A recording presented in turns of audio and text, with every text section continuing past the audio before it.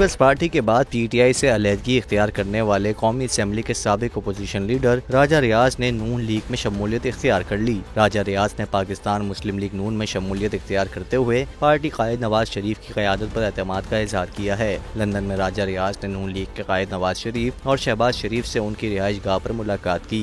लीगी क़यादत से मुलाकात के दौरान सेनेटर इसाक डार, मियां नासिर जंजुआ, मलिक अहमद खान, आजम नज़ीर तारड़ और अमजद परवेज भी वहाँ मौजूद थे। इस बात की तस्दीक करते हुए नून लीग की जानिब से social and networking platform x के जरिए बताया गया कि साबिक रुकने कौमी असम्बली राजा रियाज ने कायद मुस्लिम लीग नून मोहम्मद नवाज शरीफ और पार्टी सदर शहबाज शरीफ से मुलाकात की। ट्वीट में मजीद बताया गया कि राजा रियाज नई जमात पर एतमाद का इजहार करते हुए मुस्लिम लीग नून में शामिल हो गए।